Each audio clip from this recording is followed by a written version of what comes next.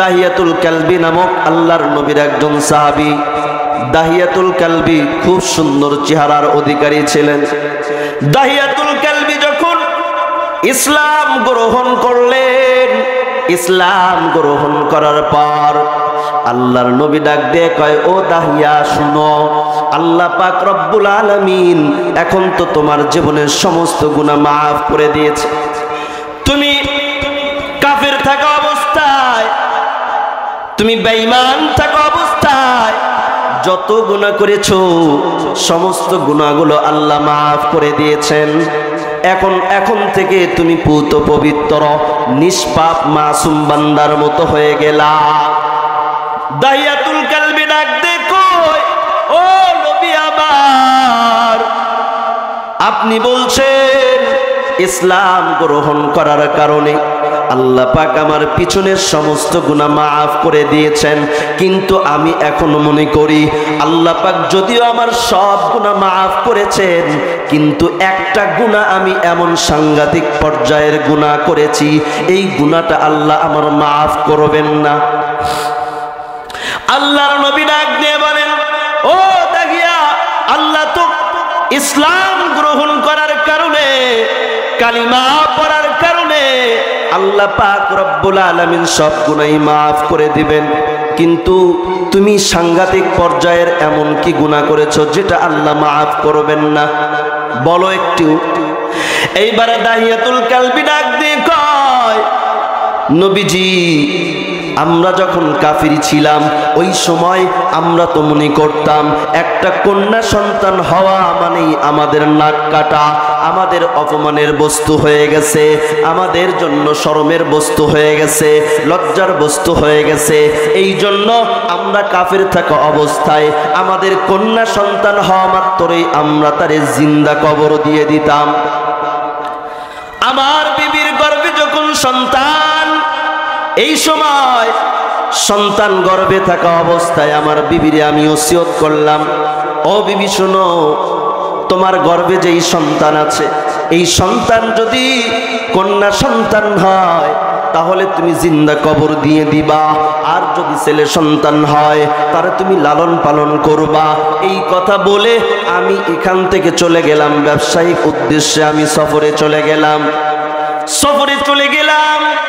আর এদিকে আমার বিবির গর্ভ হতে কন্যা সন্তান জন্মগ্রহণ হয়ে গেল।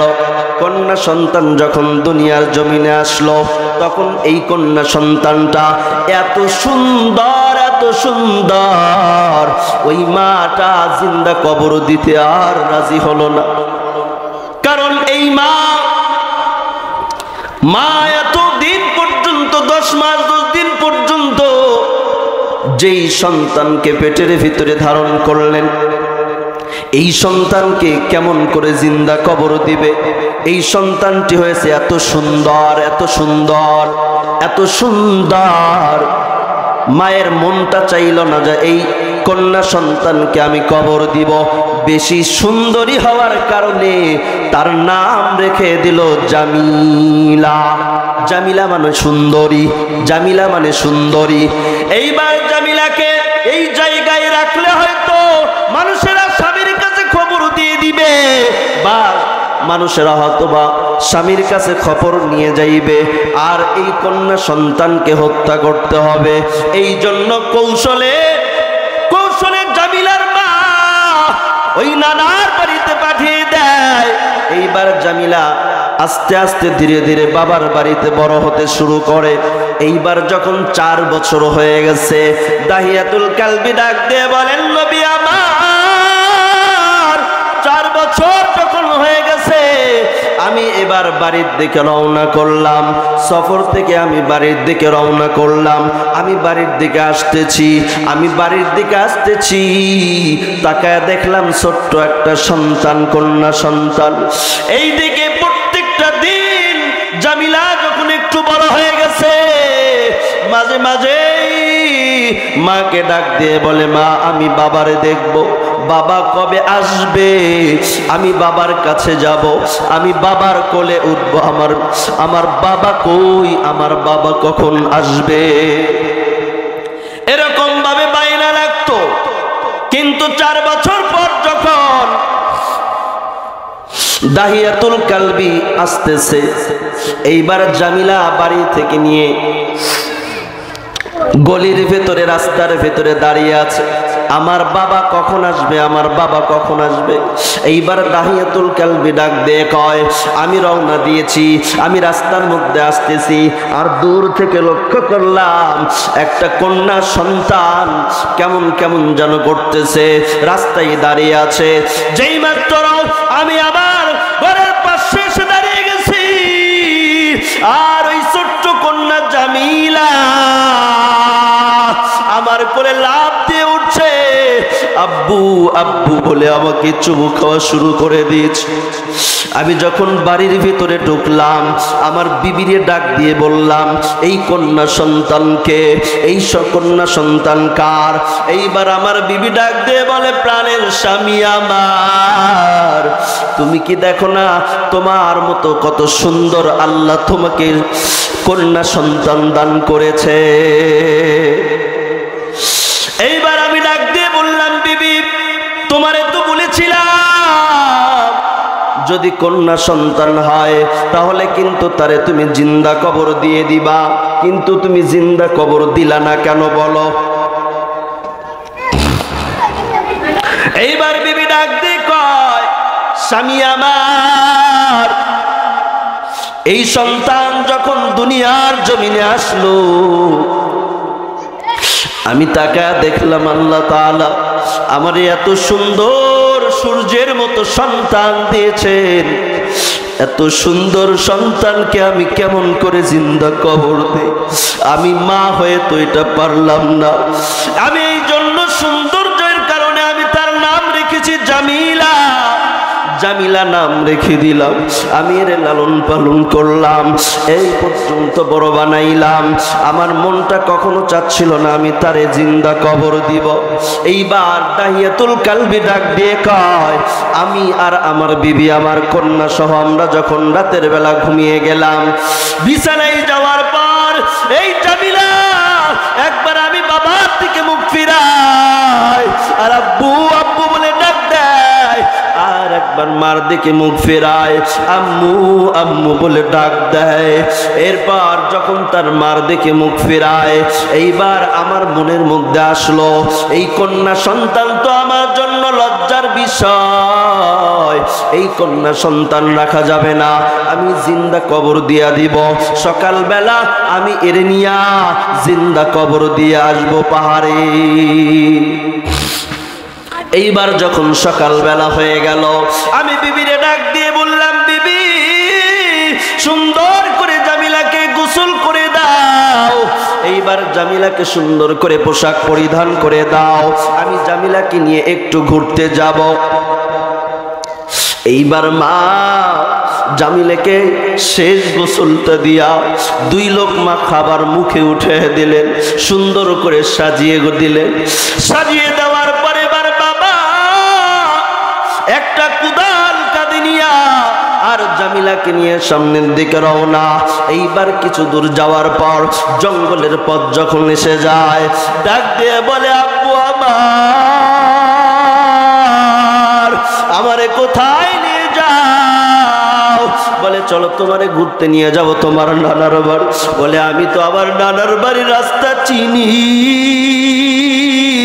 এটা তো কখনো আমার নানার বাড়ির রাস্তা না। এইবার বাবা বলে চলো একটু আগে গেলেই বুঝতে পারবা। এরকম চলতে চলতে চলতে চলতে কিছু দূর যখন যায়, কিছু দূর যাওয়ার পর একটা পাহাড়ের কিনারায় যখন যায়, এইবার জামিলাকে এক জায়গায় রাইখা এইবার কোদাল দিয়ে গর্ত খনন করা শুরু করে দিয়েছে। গর্ত করতে করতে কিছুক্ষণ পর যখন মাটির চাপাগুলো আমার দাড়িতে এসে লেগে যায়, তখন আমার ছোট্ট সন্তান, ছোট্ট কন্যা জামিলা দৌড়ে এসে আমার দাড়ি থেকে তার হাত দিয়ে সুন্দর করে পরিষ্কার করে দেয় আর বলে, বাবু কার জন্য এত গর্ত খনন করতেছ গো আব্বু? এত গভীর করে কার জন্য গর্ত খনন করতেছ? ও আব্বু তোমার শরীরটা ঘেমে যায়, ও আব্বু এত কষ্ট কার জন্য করো? এইবার আমি ডাক দিয়ে বললাম, জামিলা একটু পরেই বুঝতে পারবা, তুমি সরে গিয়ে দাঁড়াও।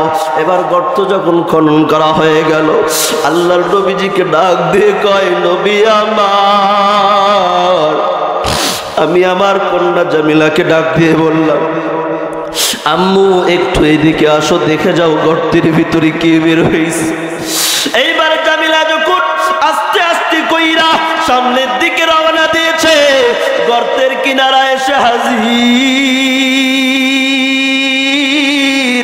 এবার আমি পিছন থেকে আমার ছোট্ট কন্যা জামিলাকে একটা ধাক্কা মেরে আমি গর্তের ভিতরে ফেলে দিলাম। দুনিয়ার যুবক, আল্লাহর গোলাম, জামিলা গর্তের ভিতরে পড়ে গিয়ে ডাক দেখায়, আব্বু গো, আমার প্রাণে মেরো না, আপনাকে একটা বার আব্বু বলে ডাকবো, আপনাকে একটা নজর দেখবো, এজন্য কত বছর ধরে আমি তাকিয়েছিলাম, অপেক্ষা করতেছিলাম। আর আজকে সেই তুমি আমার বাবা, আমার জন্য আজরাইল হয়ে আসবে, আমার জানা ছিল না। ও আব্বু, আমারে প্রাণে মেরো না, আমারে ছেড়ে দাও, জীবনে কোনোদিন তোমার সামনে আমি যাব না, আমি ভিক্ষা করে করে করে করে আমি খাবো, কোনোদিন তোমার সামনে আমি যাব না। আব্বু আব্বু বলে জামিলা যখন ডাক দেয়, দাইয়াতুল কালবি ডাক দিয়ে কয়, ও নবী আমার, আমার কন্যা যখন আব্বু আব্বু বলে ডাকতেছিল, আমি কত পাষাণ, আমি পাথরের চাপাগুলো, বড় বড় মাটির চাপাগুলো আমার সেই কন্যার দিকে নিক্ষেপ করতেছিলাম। আমার কন্যা আব্বু আব্বু বলে ডাক দেয়, আর আমি বাবা হয়ে তার শরীরের উপরে পাথর নিক্ষেপ করেছি, আমি গর্তটা ভরায় দিলাম। ও নবীজি, সারা রাত চলে যায়, আমার ঘুম আসে না। আমি তাকায় দেখি আমার কানে যেন সেই জামিলার আব্বু আব্বু আওয়াজটা এখনো ভেসে আসছে। ও নবী গো, আমি মনে করি ইসলাম গ্রহণ করার পরও আল্লাহ যদিও আমার সব গুনাহ মাফ করেছেন, কিন্তু এই সাংঘাতিক পর্যায়ের গুনাহটা আল্লাহ মাফ করবেন না। নবী ইয়া আইয়ুহাল্লাযীনা আমানু সাল্লু আলাইহি ওয়া সাল্লিমু তাসলিমা। اللهم صل على روح محمد في الأرواح وعلى جسد محمد في الأجساد وعلى قبر محمد في القبور. محمد ने कुफर को मिटाया,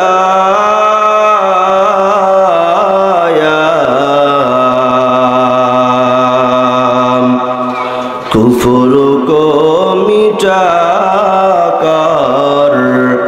सदाकत बताया, कुफर को मिटाकर सदाकत बताया। এ দুনিয়া মিছে ঘুরে ভাই, শুধু আশার খেলা ঘর,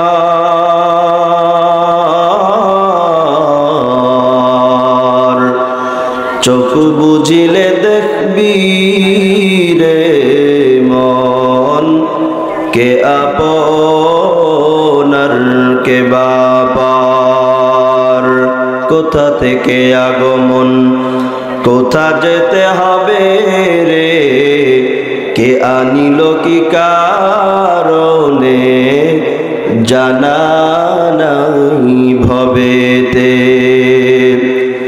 सुनो बंदा बतू गुयाम के गुलता जानमी मानन अगर मानन सभी मानन सभी दिगार नमी मानन दीप्त कंठे बंदा बोले फुलता जा की रय कखनो एक रात रही की दुरात राय भूल बुझिस ना तोर जीवन।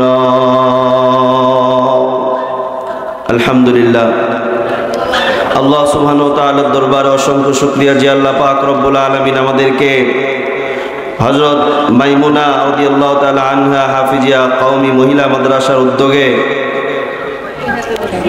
द्वितीयतम वार्षिक तफसिरुल कुरान महफिल आरिफपुर पूर्वपाड़ा हाजिरहाट पाबना आजकेर এই মাহফিলে আমাদেরকে আসার মতো বসার মতো তৌফিক দান করেছেন। সেই জন্য আমরা সকলেই কালিমাতুশ শুকর আদায় করছি, জবান খুলে বলি আলহামদুলিল্লাহ। নবীজির প্রতি দরুদ ও সালাম পাঠ করছি, যিনি হলেন সাইয়্যিদুল কাউনাইন খাতামুল মুরসালিন হাবিবে কিবরিয়া আশরাফুল আম্বিয়া রহমতে আলম। জবান খুলে বলি সাল্লাল্লাহু আলাইহি ওয়াসাল্লাম। আলহামদুলিল্লাহ আমি আপনাদের সামনে সূরাতুল আহজাবের 53 নং আয়াত তেলাওয়াত করেছি এবং রাসূলের অসংখ্য অমীয় বাণী হতে একটি মাত্র অমীয় বাণী পাঠ করেছি। আল্লাহ সুবহানাহু ওয়া তাআলা যেন ইখলাস ও আমলের নিয়তে কিছু কথা বলবার মতো তৌফিক দান করেন এবং আপনাদের সবাইকে ইখলাস ও আমলের নিয়তে শ্রবণ করবার মতো তৌফিক দান করেন, আমিন। সূরাতুল আহজাব এই সূরাটির ভিতরে আয়াত রয়েছে 73টি, রুকু রয়েছে 9টি। সূরাতুল আহজাবের 53 নং আয়াতে আল্লাহ সুবহানাহু ওয়া তাআলা বলেন, যখন তোমরা নবীদের বিবিগণ হইতে কোনো কিছু চাহিবা তখন পর্দার অন্তরাল হইতে চাইবা, আর এইটা তোমাদের জন্য এবং তাদের অন্তরের জন্য অধিকতর পবিত্র। আল্লাহর নবী হাদিসের মধ্যে জানান,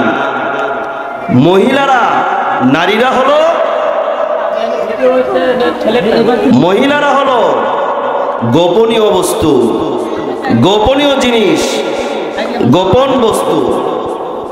আর যখন নারীরা ঘর হতে রাস্তায় বের হয় তখন শয়তান নগ্নতার প্রতি নারীদেরকে ক্ষিপ্ত করে দেয়, পাপের প্রতি নারীদেরকে ক্ষিপ্ত করে দেয়।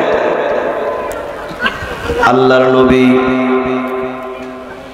আর একটা হাদিসের মধ্যে জানায় দেন, ওয়ানিসাউন কাসিয়াতুন আরিয়াতুন মুমিলাতুন মাইলাতুন রুউসুহুন্না কাসনিমাতিল বুখতিল মাইলাতি ওয়ালা ইয়াদখুলনাল জান্নাতা।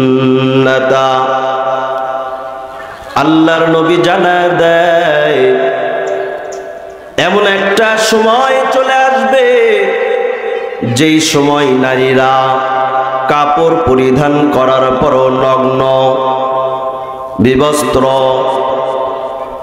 আর এমন কিছু নারী আছে যারা নিজেদের প্রতি পুরুষদেরকে আকর্ষণকারী, আবার এমন কিছু নারী আছে যারা নিজেরাই পুরুষদের প্রতি আকৃষ্ট হয়।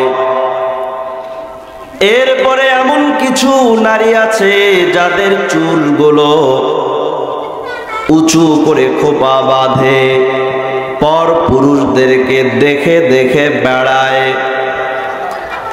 বলা হয়েছে বুকতি উটের কুদ যেরকম উঁচু, এরকম উঁচু করে নারীরা তাদের মাথার খোপাটা বেঁধে চুলগুলো উঁচু উঁচু করে রাস্তায় হেলে ধুলে বেড়ায়।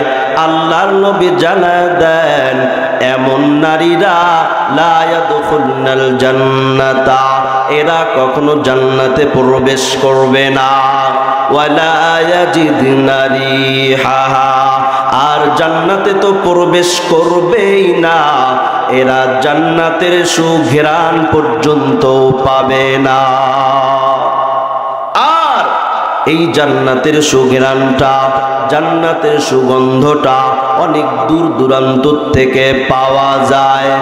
এ মা, এ বোন, আল্লাহর নবীজি কতদিন আগে এই কথাগুলো বলে গেছেন। আজকে সারা দুনিয়াতে এই কাজগুলো হচ্ছে। আল্লাহর নবীজি মা বোনদের জন্য, নারীদের জন্য পর্দার সুব্যবস্থার কথা বলে গেছেন। আল্লাহ পাক রব্বুল আলামিন পর্দাকে মানা ফরজ করে দিয়েছেন। আমি যে আয়াতে কারিমা তেলাওয়াত করেছি, এই আয়াতটি পর্দার ব্যাপারে নাজিল হয়েছে। এই আয়াতে কারিমা, এই আয়াত দ্বারা আল্লাহ সুবহানাহু ওয়া তাআলা সমস্ত মুসলিম নারীদের জন্য, সবার জন্য পর্দার আদেশ দিয়েছেন। এই আয়াতটি নাজিল হওয়ার সুন্দর একটা প্রেক্ষাপট রয়েছে। এই আয়াতটি কখন নাজিল হয়, এইটা যদি আমরা বুঝতে পারি, তাহলে আয়াতটা বোঝা আমাদের জন্য সহজ হয়ে যাবে। আল্লাহর পয়গম্বর বিশ্বনবী জনাবে মুহাম্মদুর রাসূলুল্লাহ সাল্লাল্লাহু আলাইহি ওয়াসাল্লাম হযরত যায়েনব বিনতে জাহাশকে যখন বিবাহ করে নিজের ঘরেতে নিয়ে আসলেন, বিবাহ করে নিজের ঘরেতে নিয়ে আসার পর এইবার হযরত আনাস রাদিয়াল্লাহু তাআলা আনহুকে ডাক দিয়ে কয়, ও আনাস, যাও গিয়ে মানুষদেরকে ওলিমার দাওয়াত দিয়ে আসো। ওলিমা কারে বলে? বলে বিবাহের পরে পুরুষ স্বামী যে মানুষদেরকে দাওয়াত করে খাওয়ায়। স্বামী বিবাহের পরে নিজের বাড়িতে মানুষদেরকে দাওয়াত করে খাওয়ায়, এই খাবারকে বলা হয় ওলিমা। আল্লাহর নবী যায়েনব বিনতে জাহাশকে যখন বিবাহ করলেন, বিবাহ করার পর নিজের বাড়িতে নিয়ে এসে হযরত আনাস রাদিয়াল্লাহু তাআলা আনহুকে জানান, ও আনাস, যাও যাও মানুষদেরকে দাওয়াত করে নিয়ে আসো। এইদিকে দাওয়াতের জন্য, মেহমানদের জন্য খাবারের আয়োজন করা হয়। হযরত আনাস রাদিয়াল্লাহু তাআলা আনহু দৌড়ায় গিয়ে মানুষদেরকে দাওয়াত করলেন। দাওয়াত করা যখন শেষ, মানুষেরা আসা যখন শুরু হয়ে গেল, মানুষেরা একজন দুজন করে যখন আসছে, যখন মানুষ আসা শেষ, এবার খাবারের পালা শুরু হয়ে গেল। খাওয়া দাওয়া যখন শুরু হয়ে গেছে, খাবার শেষ হওয়ার পর সবাই চলে গেল, কিন্তু তিনজন মানুষ এখন পর্যন্ত চলে যায় নাই। এই তিনজন এমন গল্পে লিপ্ত হয়, এরা গল্পের ভিতরেই লিপ্ত হয়ে থাকলো। আল্লাহর নবী, আল্লাহর পয়গম্বর এই জিনিসটাকে একটু কষ্ট মনে করলেন, কারণ ঘরের ভিতরে মা বোন আছে, আরো অনেক কাজ আছে। যদি অন্য কোনো মানুষ থাকে তাহলে কাজের ব্যাঘাত ঘটে যায়। এই জন্য নবীজি ইতস্তবোধ করে ঘর থেকে বাহিরে চলে গেলেন। হযরত যায়েনব বিনতে জাহাশ রাদিয়াল্লাহু তাআলা আনহা দেওয়ালের দিকে মুখ ফিরাইয়া বসে রইছেন, কারণ ঘরের ভিতরে অন্য মানুষ, কাজ করা যায় না। এরে নবীর উম্মতের দল, আল্লাহর নবীজি যখন দেখলেন এরা তো বাহিরে বের হচ্ছে না, নবীজি ঘর থেকে বাহিরে বের হয়ে অন্য অন্য বিবির ঘরে চলে গেলেন। সকল বিবির ঘরে যাওয়ার পর একটা সফর দিয়ে এসে আবার যখন ঘরের ভিতরে ঢুকলেন, ঢুকে দেখেন ওই তিনজন আল্লাহর বান্দা, তারা এখন পর্যন্ত গল্প করতেছে। নবীজি আবার কষ্ট পাইলেন। এইবার আবার নবীজি তাদেরকে বললেন না তোমরা বেরিয়ে যাও। আল্লাহর নবী নিজেই ঘর থেকে বের হয়ে চলে গেলেন।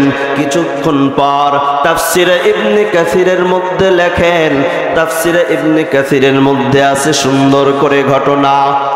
আল্লাহর নবী যখন বাহিরে বের হয়ে যান, হযরত আনাস রাদিয়াল্লাহু তাআলা আনহু হয়তোবা নবীজিকে সংবাদ দিয়েছে, অথবা নবীজি নিজেই জানতে পেরেছেন যে ওই তিনজন বান্দা তারা বাড়ির ঘর থেকে বের হয়ে চলে গেছে। এইবার আল্লাহর নবী ঘরের ভিতরে প্রবেশ করতেছেন।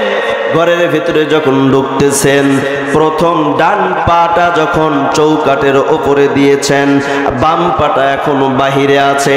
এই সময় আল্লাহ পাক রব্বুল আলামিন জিবরাইল আমিনের মাধ্যমে এই আয়াতটি অবতীর্ণ করে দিলেন। সূরাতুল আহজাব, সূরাতুল আহজাবের 53 নং আয়াত অবতীর্ণ হয়ে গেল। এইবার আল্লাহর নবী হাঁটি হাঁটি পা পা করে যখন ঘরের ভিতরে ঢুকে গেলেন, ঘরের ভিতর থেকে বের হয়ে সাহাবায়ে কেরামকে ডাকলেন। সমস্ত সাহাবায়ে কেরামকে একত্রিত করার পর এইবার আল্লাহর নবীজি পর্দার আয়াতটা শুনিয়া দিলেন।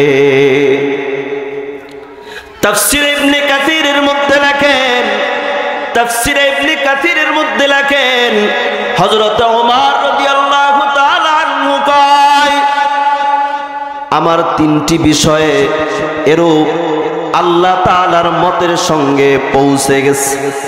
তিনটি বিষয়। এক নাম্বার, আমি চাইতেছিলাম মাকামে ইব্রাহিমটা যেন সিজদার জায়গা হয়ে যায়, মুসাল্লা হয়ে যায়। আল্লাহ পাক রব্বুল আলামিন আয়াত নাজিল করে আদেশ করে দিলেন, মাকামে ইব্রাহিমকে সিজদার মুসাল্লা বানায় নাও। নাম্বার 2, আমি উমর আল্লাহর নবীজিকে ডাক দিয়ে বারবার বলতাম, আই নবী, আপনার ঘরে সৎ লোক যেরকম ভাবে আসে তেমনি ভাবে বদ লোকও আসে। ভালো মানুষ যেমন আসে, খারাপ মানুষও তেমন করে আসে। এই জন্য আপনার বিবিদেরকে পর্দার আদেশ দেন। আল্লাহ পাক রব্বুল আলামিন সেই অনুযায়ী এরকম যেন দুইটি মত একত্রিত হয়ে গেল। হযরত ওমর রাদিয়াল্লাহু তাআলা আনহু বলেন, তিনটি বিষয় এমন যে আমার মতটা আল্লাহর মতে পৌঁছে গিয়েছে। এইটাও তেমন। হযরত ওমর রাদিয়াল্লাহু তাআলা আনহু বারবার আল্লাহর নবীকে ডাক দিয়ে বলতেন যে আপনার বিবিদেরকে পর্দার আদেশ দেন। আল্লাহ পাক পর্দার আদেশ নাজিল করলেন। এরে নবীর উম্মতের দল, ও মা বোনেরা ভালো করে শোনো, পর্দা এমন একটা জিনিস, পর্দা আল্লাহ পাক রব্বুল আলামিন পর্দার বিধান নাজিল করে নারীদেরকে সম্মান দিয়েছেন, নারীদের ওপর চাপ সৃষ্টি করে দেন নাই। আমার মায়ার আল্লাহ নারীদের জন্য সম্মান দিয়েছেন।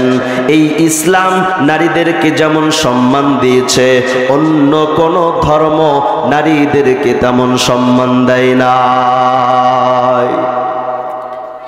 নারীদের জন্য আল্লাহ তাআলা এত সম্মান, পর্দার মধ্যেই সম্মান, পর্দা ছাড়া কোনো সম্মান নাই। কেমন ভাবে সম্মান নাই? যারা পর্দা ছাড়া চলে, পর্দাবিহীন অবস্থায় চলে, তাদের কোনো সম্মান দুনিয়াতে নেই। পর্দা না করার কারণে হাজারো সংসার ভেঙে তছনছ হয়ে গেছে, সামাজিক অবস্থা ভেঙে তছনছ হয়ে গেছে। পর্দা ছাড়া কোনো শান্তি নাই। শান্তি যদি থাকে, যদি শান্তি থাকে তাহলে তো থাকতো ইউরোপে, কারণ ইউরোপে কোনো পর্দা নাই। একটা পরিসংখ্যানে দেখা গেছে এই পর্দা না করার কারণে মা ও করার কারণে একটা পরিসংখ্যানে দেখা গিয়েছে ইউরোপের ভিতরে, পাকিস্তানের ভিতরে 1963 সালে 20 লক্ষ যারো সন্তান জন্ম নিয়েছে। এই পর্দা না থাকার কারণে 1962 সালে পাকিস্তানে একটা পরিসংখ্যানে দেখা গেছে 23 লক্ষ যারো সন্তান জন্ম নিয়েছে। ইউরোপের সুইডেন নামক একটা রাষ্ট্রে, ইউরোপের সুইডেন নামক একটা রাষ্ট্রে 75% মা বোনদের বৈবাহিক সম্পর্ক নষ্ট হয়ে গেছে। এমনও দেখা গেছে পাকিস্তানের ভিতরে কোনো কলেজের মধ্যে যদি 100 জন নারী, 100 জন আমার বোন, 100 বোন যদি ভর্তি হয়েছে পড়ালেখা করার জন্য, 100-র ভিতরে মাত্র 20টিতে এসে পৌঁছে যায়। 80% বোনদের পেটের ভেতরে বাচ্চা এসে যায় একমাত্র কারণ পর্দা না করার কারণে। পর্দা না করার কারণে কোনো শান্তি নাই, কোনো সম্মান নাই, কোনো সম্মান নাই। পর্দার মধ্যেই সম্মান রয়েছে। এ মা, পর্দা না করলে কি শাস্তি তুমি জানো নি? দুনিয়াতে কত কবরস্থানের ভিতরে দেখা যায় আগুন আর আগুন। এর মা, পর্দা না করার কত ভয়ঙ্কর শাস্তি দুনিয়া থেকেই শুরু হয়ে যায় মা। অনেক কবরের খবর জানা যায়। পাকিস্তানের গিলগিট নামক অঞ্চলের একটা ঘটনা শোনায়। এরে নবীর উম্মতের দল, এ যুবক আল্লাহর গোলাম, ও মা বোনেরা ভালো করে শুনো। পাকিস্তানের গিলগিট নামক একটা অঞ্চলের ঘটনা। পর্দা না করার কেমন শাস্তি স্বচক্ষে অনেক মানুষ দেখেছে। গিলগিট নামক অঞ্চলে আল্লাহর এক বান্দা একটা কবরস্থান দিয়ে যাইতেছে। আল্লাহর এক বান্দা একটা কবরের পার্শ্ব দিয়ে যাচ্ছে। হঠাৎ করে শোনা যায়, আওয়াজ ভেসে আসছে যে আমি বেঁচে আছি, আমাকে বের করো, আমি বেঁচে আছি, আমাকে বের করো, আমি বেঁচে আছি, আমাকে বের করো। আল্লাহর এই বান্দা এই কথা শোনার পর লোকালয়ে যায়। লোকালয়ে যাওয়ার পর মানুষদেরকে যখন এই সংবাদটা শোনায় দেয়, মানুষেরা সবাই এসে ভিড় জমায়। দেখে, কান লাগায় শুনে যে ওই আওয়াজটাই শোনা যায়, আমি বেঁচে আছি, আমাকে কবর থেকে বের করো। এ মা, ভালো করে শুনো মা। এইবার মানুষেরা মসজিদের ইমাম সাহেবের কাছে যায়, ফতোয়া নেওয়ার জন্য, মাসআলা নেওয়ার জন্য চলে যায়। এই কবর খনন করে, এই কবরটা খনন করে এই কবরের মাইয়াতকে বের করা যাবে নাকি? ইমাম সাহেব মাসআলা দিয়ে দিল, হাত বের করা যাবে। এইবার মানুষেরা এই কবরটা সুন্দর করে খনন করার পর মাটিগুলো যখন সরাইছে, এইবার একটা তক্তা যখন উপর থেকে উঠাইছে, এইবার কবরের ভিতরে তাকায় দেখলো একজন উলঙ্গ নারী কবরের ভিতরে বসে রইছে। এ মা, ভালো করে তাকাও রে মা, ভালো করে শোনো রে বোন, মনোযোগ দিয়ে শ্রবণ করো মা। এইবার ওই নারীটা ডাক দিয়ে কয়, আমার বাড়ি অমুক জায়গায়, আমার বাড়িতে চলে যাও, আমার বাড়ি থেকে আমার পরনের কাপড়টা নিয়ে আসো। এইবার মানুষজন দৌড়ায়, দৌড়াইয়া বাড়ি থেকে কাপড় নিয়ে এসে কবরের ভিতরে নিক্ষেপ করে দেওয়া হয়। এইবার কবরের ভিতরে কোন রকম ভাবে ওই কাপড়টা দিয়া নিজের শরীরটা আবৃত করে যখন কবর থেকে উঠছে, কবর থেকে উঠে একটা দৌড় দিয়েছে। এইবার এক দৌড়ে নিজের বাড়িতে চলে যায়। বাড়িতে যাওয়ার পর ঘরের ভিতরে ঢুকে ঘরের দরওয়াজা ভিতর থেকে বন্ধ করে দেয়। পুরা এলাকার মানুষ তার বাড়িটা ঘেরাও করে ফেলল। লোকে লোকারণ, এ মা ভালো করে শুনো। এইবার মানুষেরা সবাই ভিড় জমায়ে গেল। এইবার ডাক দে কয় মা দরওয়াজা খুলে দাও। ঘর থেকে আওয়াজ যে সাহসী ব্যক্তি ছাড়া কেউ ঘরে প্রবেশ করতে পারবা না, কারণ আমার অবস্থা দেখা অনেকেই হার্ট ফেল করতে পারে। এই জন্য যারা সাহসী ব্যক্তি তারা শুধু এই ঘরে প্রবেশ করতে পারবা। এর নবীর উম্মতের দল এইবার বলে ঠিক আছে মা তুমি দরওয়াজা খুলে দাও। দরওয়াজা খুলে দেওয়া হলো। এইবার সাহসী কয়েকজন ব্যক্তি ঘরের ভিতরে প্রবেশ করলো, ঘরের দরওয়াজা বন্ধ করে দেয়। এইবার আল্লাহর বান্দি তার মাথা থেকে যখন কাপড়টা খুলে ফেললো, আল্লাহর বান্দি যখন মাথা থেকে কাপড়টা খুলে ফেললো, দেখা গেল ওই মাথার ভিতরে একটা চুল নাই এবং চুলের গোড়ায় যে চামড়া আছে এই চামড়াটা পর্যন্ত নাই, শুধু মাথার হাড্ডিগুলো অবশিষ্ট রয়েছে। এর নবীর উম্মতের দল এইবার প্রশ্ন করা হয় মা বলো তোমার চুল কোথায়? চুলের গোড়ায় চামড়া কোথায়? শুধু তো দেখা যায় হাড্ডিগুলো আছে।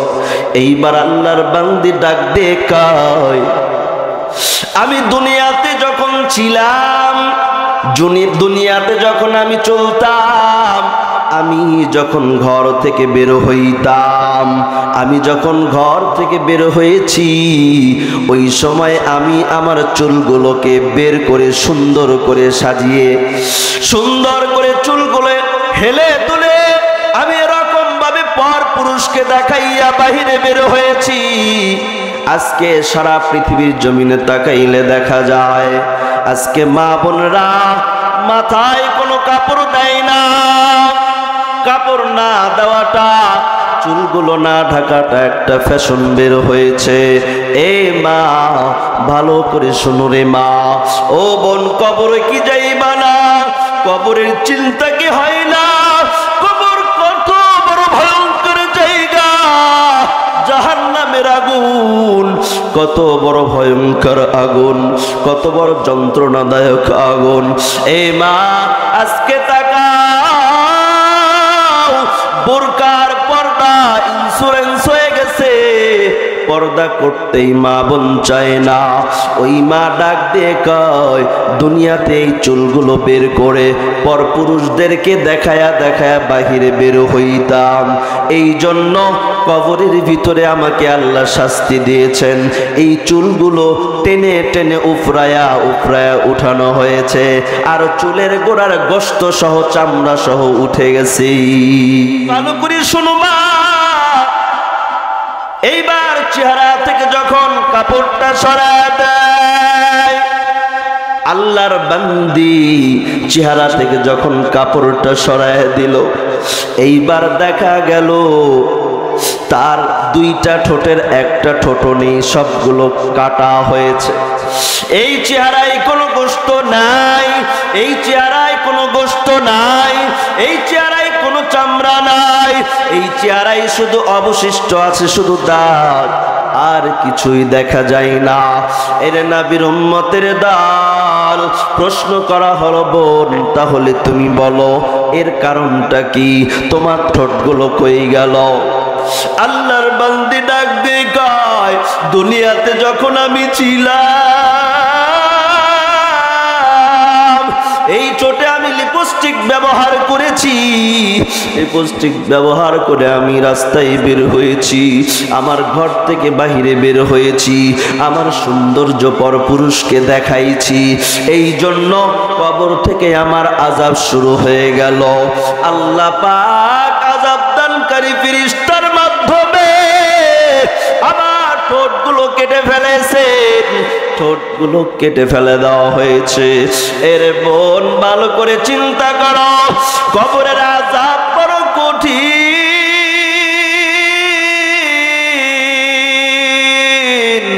এই জন্য ভালো করে চিন্তা করো, খেয়াল করো মা। এইবার যখন হাত থেকে কাপড়টা সরানো হলো, হাতের শুধু আঙ্গুলগুলো আছে, কিন্তু হাতের আঙ্গুলের একটা নখ পর্যন্ত অবশিষ্ট নেই। প্রশ্ন করা হলো, মা তোমার হাতের তো নখ ছিল, নখগুলো কোথায় গেল?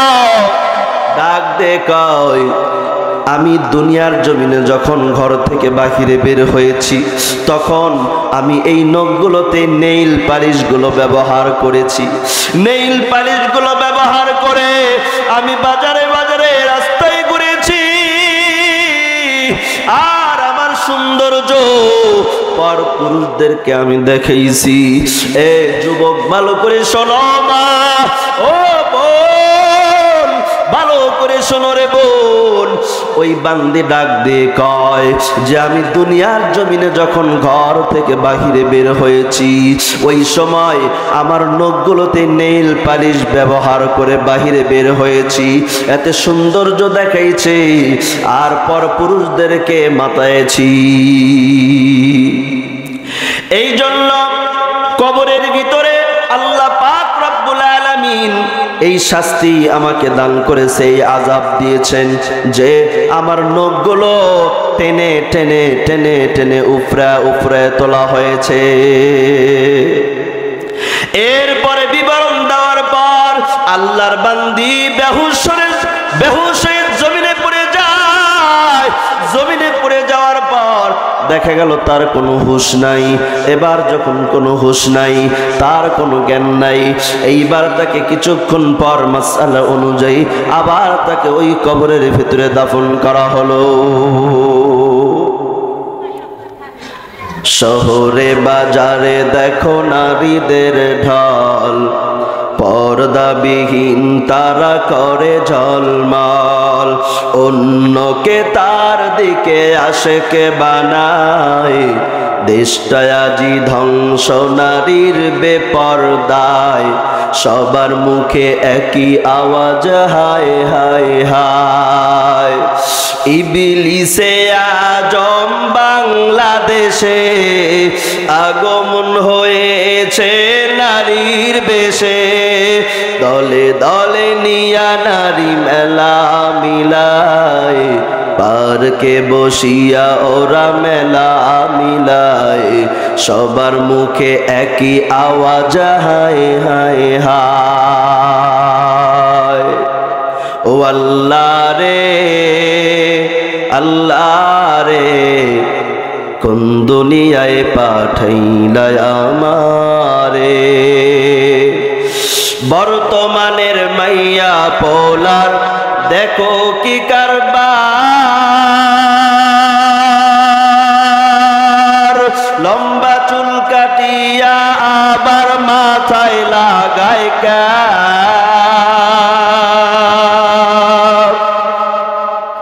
ও আল্লাহ রে আল্লাহ রে, কোন দুনিয়ায় পাঠাইলা আমারে, ও আল্লাহ রে আল্লাহ রে, কোন দুনিয়ায় পাঠাইলা আমারে। বর্তমানের মাইয়া পোলার দেখো কি কারবার, মগা পিছে মুগি সামনে হুন্ডারি ড্রাইভার। ও আল্লাহ রে আল্লাহ রে, কোন দুনিয়ায় পাঠাইলা আমারে, জিন্সের প্যান্ট শার্ট পরিয়া রাস্তা দিয়া যায়, পোলালা মাইয়া এটা চিনা বড় দায়। ও আল্লাহ রে আল্লাহ রে, কোন দুনিয়ায় পাঠাইলা আমারে, ও আল্লাহ রে আল্লাহ রে, কোন দুনিয়ায় পাঠাইলা আমারে। হিন্দি গানের টান মারিয়া রাস্তা দিয়া যায়, আবার কারো সুরে সুরে বুকটা ফাইটা যায়। আল্লাহ রে আল্লাহ রে কোন দুনিয়ায় পাঠাইলা আমারে।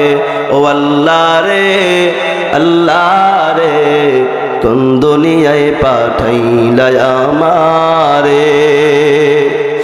ও মা ভালো করে শুনে নাও, তোমারে কবরে যাইতে হবে মা। ও মা পর্দা করে কবরে যাও, 5 ওয়াক্ত নামাজ পড়ে কবরে যাও।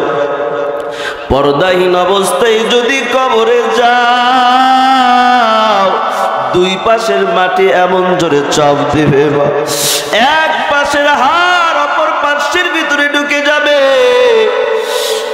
বেনামাজি আর বেপরদা হয়ে যদি কবরে চলে যাও, 70 থেকে 99টি সাপ কবরের ভিতরে আসবে, একবার দংশন করবে তো 70 গজ মাটির নিচে চলে যাইবা।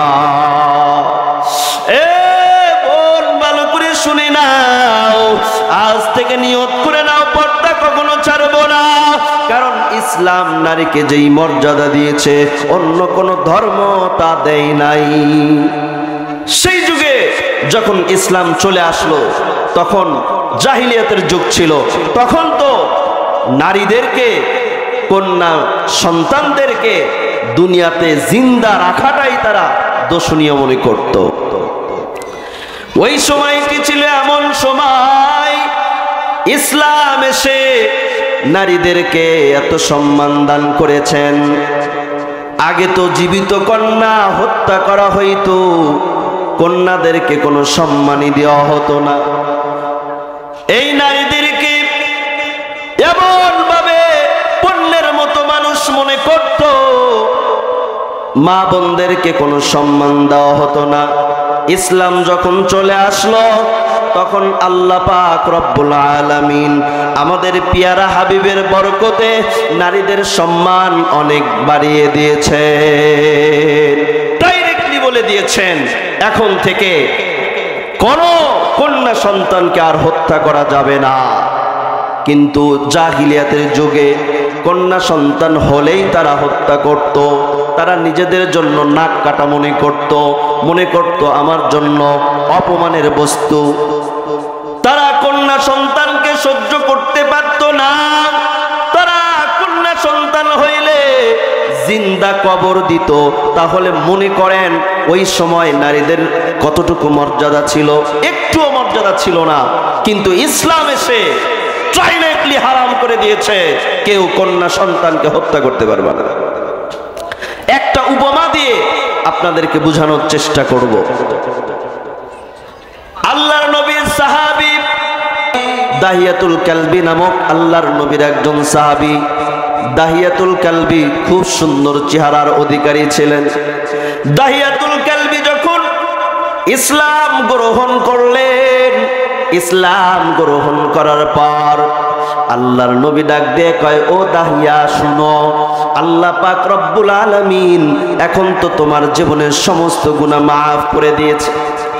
তুমি কাফের থাকা অবস্থায়, তুমি বেঈমান থাকা অবস্থায় যত গুনাহ করেছো সমস্ত গুনাহগুলো আল্লাহ মাফ করে দিয়েছেন। এখন থেকে তুমি পুত পবিত্র নিষ্পাপ মাসুম বান্দার মতো হয়ে গেলা। দাহিয়াতুল কালবি ডাক দে কই, ও নবী আমার, আপনি বলছেন ইসলাম গ্রহণ করার কারণে আল্লাহ পাক আমার পিছনের সমস্ত গুনাহ মাফ করে দিয়েছেন, কিন্তু আমি এখনো মনে করি আল্লাহ পাক যদিও আমার সব গুনাহ মাফ করেছেন, কিন্তু একটা গুনাহ আমি এমন সাংঘাতিক পর্যায়ের গুনাহ করেছি, এই গুনাহটা আল্লাহ আমার মাফ করবেন না। আল্লাহর নবী ডাক দিয়ে বলেন, ও দাহিয়া, আল্লাহ তো ইসলাম গ্রহণ করার কারণে, কালিমা পড়ার কারণে আল্লাহ পাক রব্বুল আলামিন সব গুনাহ মাফ করে দিবেন, কিন্তু তুমি সাংঘাতিক পর্যায়ের এমন কি গুনাহ করেছো যেটা আল্লাহ মাফ করবেন না? বলো একটু। এইবারে দাহিয়াতুল কালবি ডাক দিয়ে কয়, নবীজি আমরা যখন কাফির ছিলাম ওই সময় আমরা তো মনে করতাম একটা কন্যা সন্তান হওয়া মানেই আমাদের নাক কাটা, আমাদের অপমানের বস্তু হয়ে গেছে, আমাদের জন্য শরমের বস্তু হয়ে গেছে, লজ্জার বস্তু হয়ে গেছে। এই জন্য আমরা কাফির থাকা অবস্থায় আমাদের কন্যা সন্তান হওয়া মাত্রই আমরা তারে জিন্দা কবর দিয়ে দিতাম।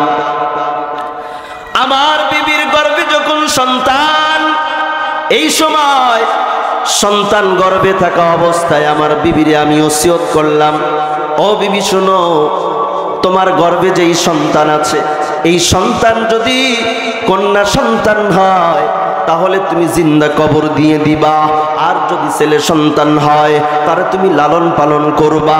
এই কথা বলে আমি এখান থেকে চলে গেলাম ব্যবসায়িক উদ্দেশ্যে, আমি সফরে চলে গেলাম। আর এদিকে আমার বিবির গর্ভ হতে কন্যা সন্তান জন্মগ্রহণ হয়ে গেল। কন্যা সন্তান যখন দুনিয়ার জমিনে আসলো তখন এই কন্যা সন্তানটা এত সুন্দর, এত সুন্দর, ওই মাটা জিন্দা কবর দিতে আর রাজি হলো না। কারণ এই মা এত দিন পর্যন্ত 10 মাস 10 দিন পর্যন্ত যেই সন্তানকে পেটের ভিতরে ধারণ করলেন, এই সন্তানকে কেমন করে জিন্দা কবর দিবে? এই সন্তানটি হয়েছে এত সুন্দর, এত সুন্দর, এত সুন্দর, মায়ের মনটা চাইল না যে এই কন্যা সন্তানকে আমি কবর দিব।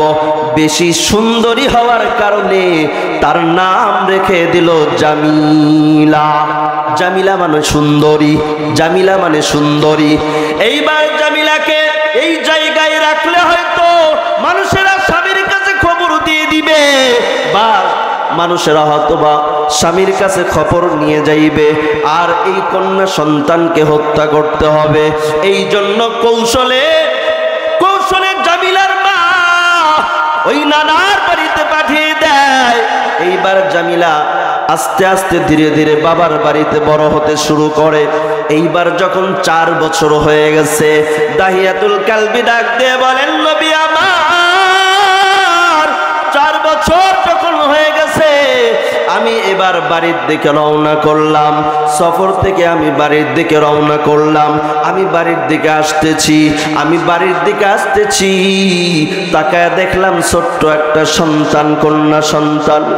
এই দিকে প্রত্যেকটা দিন জামিলা যখন একটু বড় হয়ে গেছে, মাঝে মাঝে মাকে ডাক দিয়ে বলে, মা আমি বাবারে দেখব, বাবা কবে আসবে? আমি বাবার কাছে যাব, আমি বাবার কোলে উঠব। আমার বাবা কই? আমার বাবা কখন আসবে? এরকম ভাবে বাইনা লাগতো। কিন্তু 4 বছর পর যখন দাহিয়াতুল কালবি আসতেছে, এইবার জামিলা বাড়ি থেকে নিয়ে গলির ভেতরে, রাস্তার ভেতরে দাঁড়িয়ে আছে, আমার বাবা কখন আসবে, আমার বাবা কখন আসবে? এইবার দাহিয়াতুল কালবি ডাক দিয়ে কয়, আমি রওনা দিয়েছি, আমি রাস্তার মধ্যে আসতেছি, আর দূর থেকে লক্ষ্য করলাম একটা কন্যা সন্তান কেমন কেমন যেন করতেছে, রাস্তায় দাঁড়িয়ে আছে। যেই মাত্র আমি আমার ঘরের পাশে এসে দাঁড়িয়ে গেছি, আর ওই ছোট্ট কন্যা জামিলা আমার কোলে লাফ দিয়ে উঠছে, আব্বু আব্বু বলে আমাকে চুমু খাওয়া শুরু করে দিয়েছে। আমি যখন বাড়ির ভিতরে ঢুকলাম, আমার বিবিরে ডাক দিয়ে বললাম, এই কন্যা সন্তানকে, এই কন্যা সন্তান কার? এইবার আমার বিবি ডাক দিয়ে বলে, প্রাণের স্বামী আমার, তুমি কি দেখো না তোমার মতো কত সুন্দর আল্লাহ তোমাকে কন্যা সন্তান দান করেছে? এইবার আমি ডাক দিয়ে বললাম, বিবি তোমারে তো বলেছিলাম যদি কন্যা সন্তান হয় তাহলে কিন্তু তারে তুমি জিন্দা কবর দিয়ে দিবা, কিন্তু তুমি জিন্দা কবর দিলা না কেন বলো?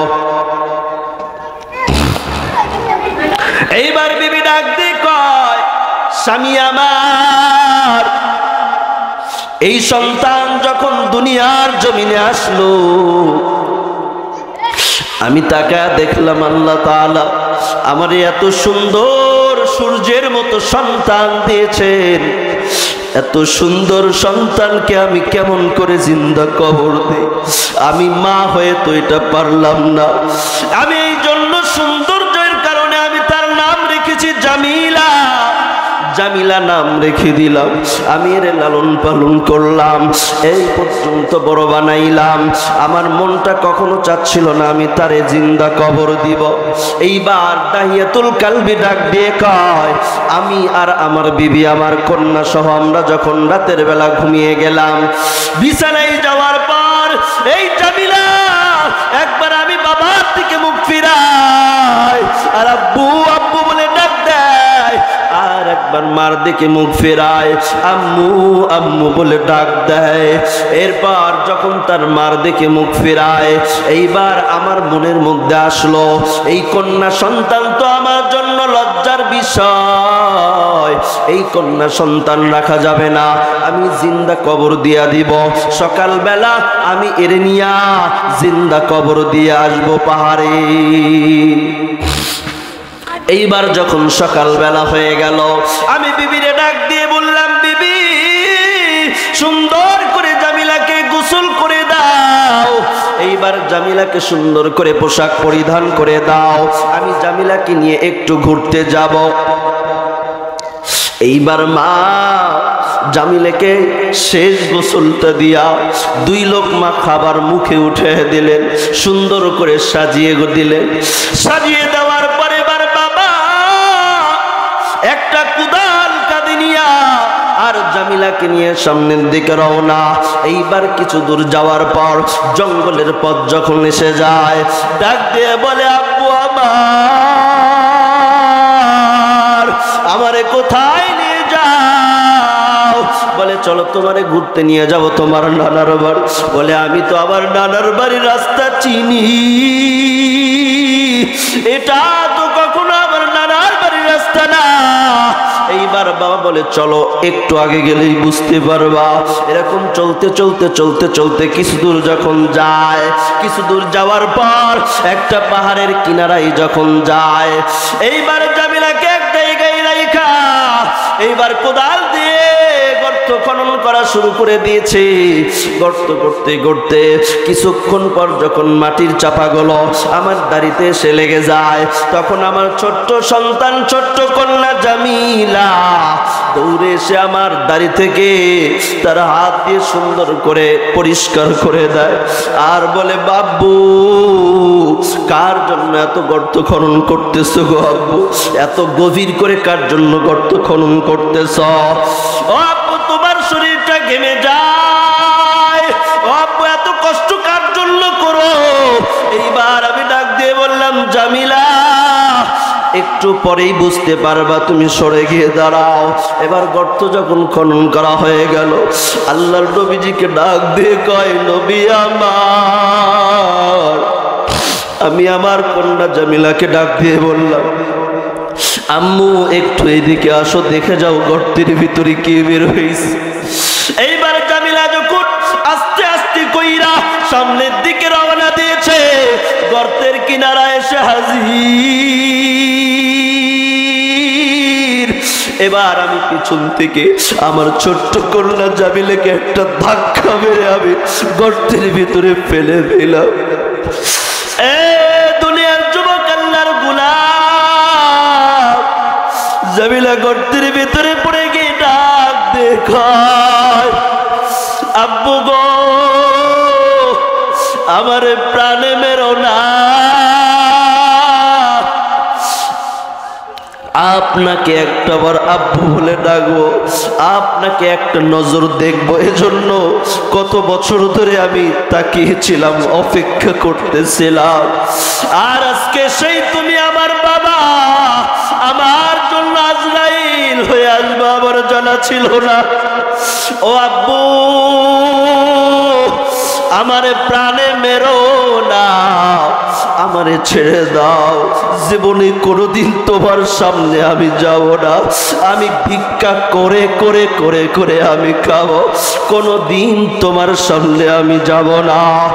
আব্বু আব্বু বলে জামিলা যখন ডাক দেয়, দাইয়াতুল কালবি ডাক দিয়ে কয়, ও নবী আমার, আমার কন্যা যখন আব্বু আব্বু বলে ডাকতেছিল, আমি কত পাষাণ, আমি পাথরের চাপাগুলো, বড় বড় মাটির চাপাগুলো আমার সেই কন্যার দিকে নিক্ষেপ করতেছিলাম।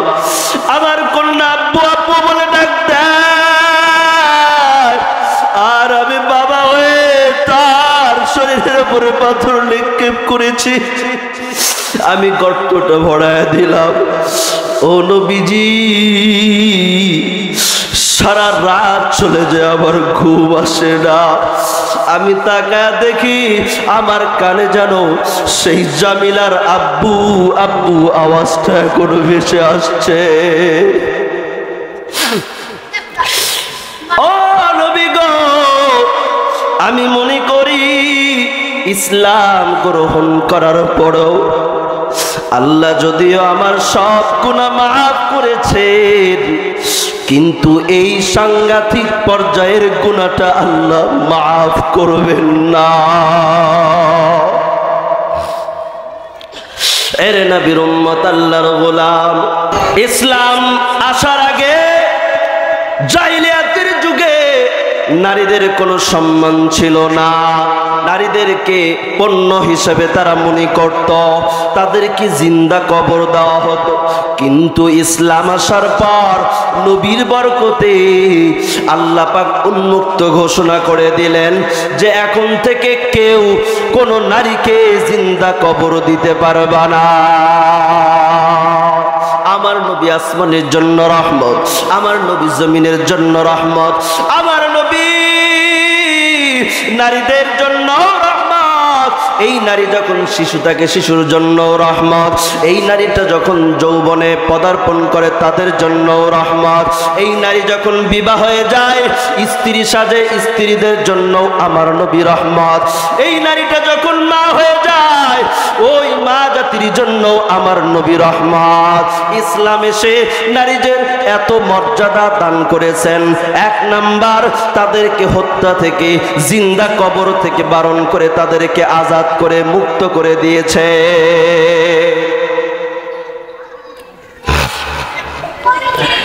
আল্লাহ পাক এত সম্মান দান করেছেন, এত সম্মান দান করেছেন আল্লাহ। এই নারীরা যখন স্ত্রী হয়ে যায়, যখন স্বামীর ঘরে চলে যায়, আল্লাহর নবী জানায়া দেন এরা যদি একটা নামাজ আদায় করে আল্লাহ পাক রব্বুল আলামিন 21টি নামাজ পড়ার সওয়াব তারা আমলনামায় দান করে। এর নবীর উম্মতের দল, ইসলাম নারীদেরকে এত সম্মান দান করেছেন, এত সম্মান স্বয়ং আল্লাহ তাআলা নিজেই সুপারিশ করেছেন। আল্লাহ তাআলা জানায়া দেন ওয়াশিরুহুন্না বিল মারুফ। আল্লাহ পাক স্ত্রীদের জন্য নিজেই সুপারিশ করে দিলেন, ও স্বামীর দল শুনো, তোমরা তোমাদের স্ত্রীদের সঙ্গে বিবিদের সঙ্গে ন্যায় সঙ্গত আচরণ করবা। আল্লাহ পাক সম্মান বাড়ায় দিলেন, হুন্না লিবাসুল লাকুম ওয়া আনতুম লিবাসুল লাহুন্না। আল্লাহ তাআলা জানায় দেন নারীরা তোমাদের পুরুষদের জন্য পোশাক স্বরূপ, আবার তোমরাও নারীদের জন্য অর্থাৎ স্ত্রীদের জন্য পোশাক স্বরূপ। অর্থাৎ স্বামী যেরকম ভাবে স্ত্রীদের জন্য পোশাক স্বরূপ, তেমনি ভাবে স্ত্রীরাও স্বামীদের জন্য পোশাক স্বরূপ। আল্লাহ তাআলা কত সম্মান দান করছেন।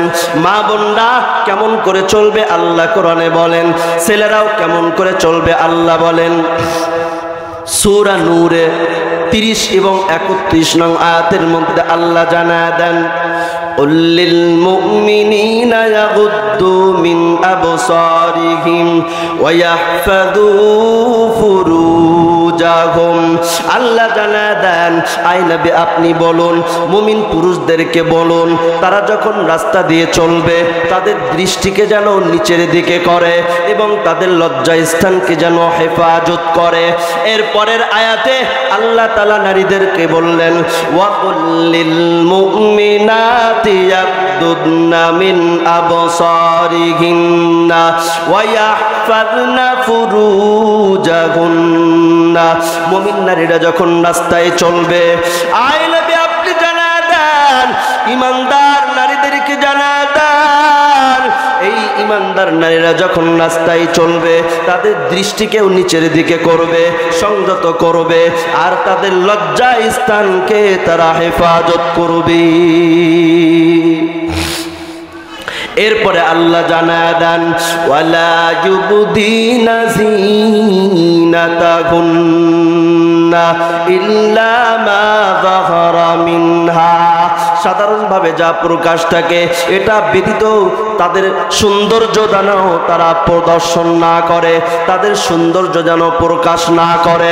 এরপরে আল্লাহ তাআলা জানায় দেন, ওয়ালইয়াদরিবিনা বিখুমুরিহিন্না আলা জুয়ুবিহিন্না।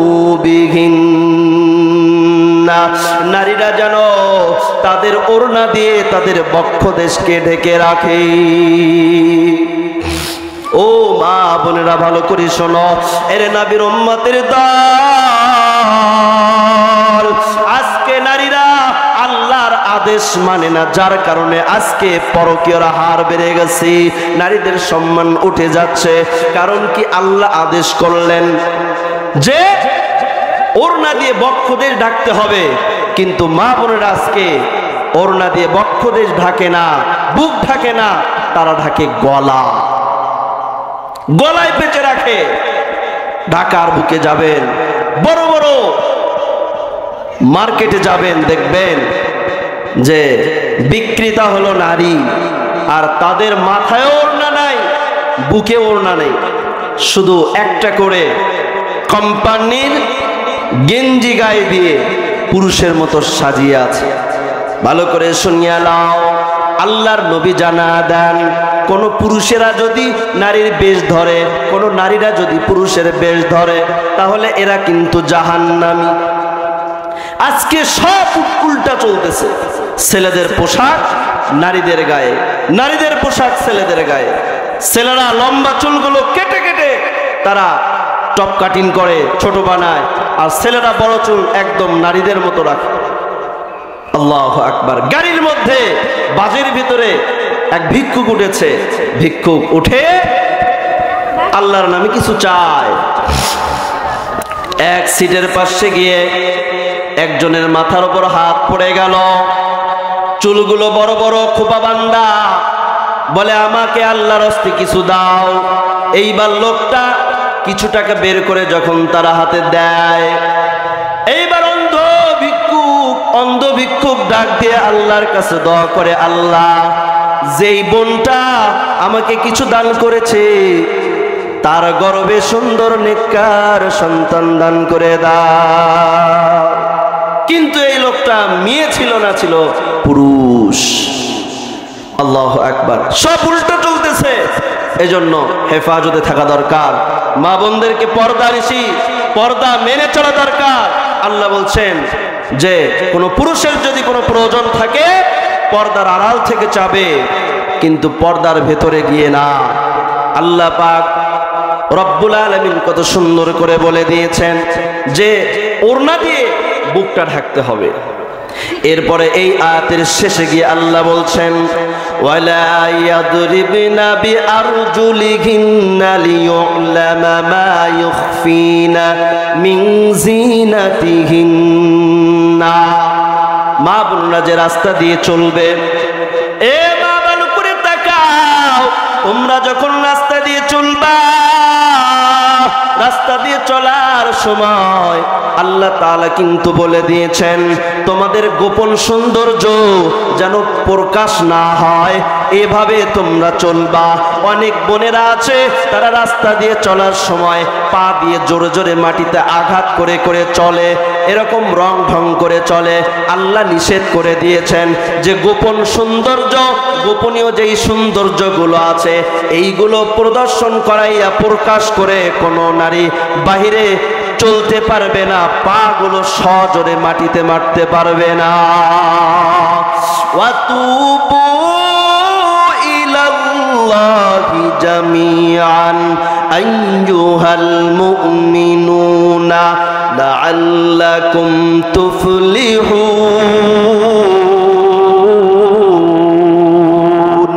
আল্লাহ তাআলা জানায় দেন তোমরা একসঙ্গে সবাই এক হয়ে আল্লাহর দিকে রুজু হয়ে যাও, আল্লাহর দিকে ফিরে আসো, আল্লাহর দিকে ফিরে আসো, আল্লাহর দিকে ফিরে আসো। হে মুমিনগণ, তোমরা সবাই একসঙ্গে আল্লাহর দিকে রুজু হয়ে যাও, আল্লাহর কাছে তাওবা করো, আল্লাহর পথে ফিরে আসো, তাহলে তোমরা সফল কাম হইবা। ও মা, আমরা কেমন করে কথা বলবো? পরপুরুষের সঙ্গে যদি প্রয়োজন হয় কেমন করে কথা বলবো আল্লাহ জানায় দেন। ইয়া নিসাআন নাবিয়্যি লাস্তুন্না কাআহাদিম মিনান নিসাই ইন ইত্তাকাইতুন্না ফালা তাখদা'না বিল কওল ফায়াতমা'আল্লাযী ফী কলবিহি মারাদুন ওয়া কুলনা কওলাম মা'রুফা। আল্লাহ জানায় দেন, আয় নবীর পুতলিগণ শুনো, তোমরা সাধারণ কোন মানুষের মতো না, সাধারণ কোন নারীদের মতো না। ও নবীর বিবিগণ শুনো, তোমরা সাধারণ কোন নারীদের মতো না। যদি তোমরা আল্লাহকে ভয় করো তাহলে শুনো, আল্লাহকে ভয় করো, আল্লাহর উপর ইয়াকিন রাখো, বিশ্বাস রাখো, তাহলে শুনো। তোমরা যখন পরপুরুষের সঙ্গে প্রয়োজনীয় কথা বলবা, ফালা তাখদা'না বিল কওল, তাহলে নম্র কোমল কণ্ঠে তোমরা কখনো কথা বলবা না। তোমরা কথা বলার প্রয়োজন হলে কর্কশ ভাষায় কথা বলবা। তোমাদের ঘরের ভেতর থেকে আওয়াজ শুনলেই যেন বুঝতে পারে এখানে অন্য কিছু মনোভাব করার মতো কোনো সুযোগ নাই। এজন্য এমন ভাবে কথা বলবা। কিন্তু আজকে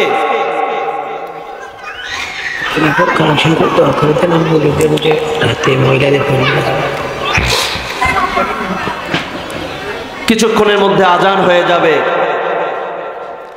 আল্লাহ পাক রব্বুল আলামিন অন্য আয়াতে জানায় দেন, আজকে আমরা যেভাবে সারা দুনিয়ার মধ্যে বেপর্দা হয়ে চলাফেরা করতেছে, আল্লাহর গজব তো এখনো বড় ধরনের কোনো গজব আসে নাই, কিন্তু আমরা যত গুনাহ করতেছি আল্লাহ তাআলার নারাজগি তত বাড়তেছে। আল্লাহ পাক রব্বুল আলামিন জানান, ইয়া আইয়ুহান নাবিয়্যু কুল লিআজওয়াজিকা ওয়া বানাতিকা ওয়া নিসাইল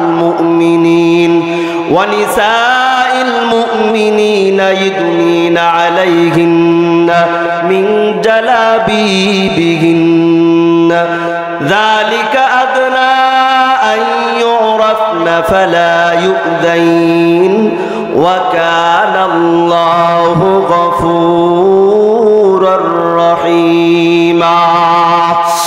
আয় নবী, আপনি আপনার বিবিগণদেরকে বলুন, আপনার কন্যাদেরকে বলুন, মুমিন স্ত্রীদেরকে বলুন, মুমিন নারীদেরকে বলুন, তারা যেন বড় একটা চাদরের কিয়াদংশ তারা যেন উপর থেকে, মাথার উপর থেকে তাদের নিজের শরীরের দিকে টেনে নেয়। এর দ্বারা মুফাসসিরিনে কেরামগণ হেজাবের কথা বলেছেন যে মহিলারা, মা বোনরা পুরা শরীর ঢাকবে, উপর থেকে বড় একটা চাদর কাপড় দিয়ে তারা নিজের শরীরের দিকে টানবে, অর্থাৎ যেটা বর্তমানে হেজাব রূপে পাওয়া যায়। এজন্য এটা আল্লাহ তাআলার পক্ষ থেকে আদেশ।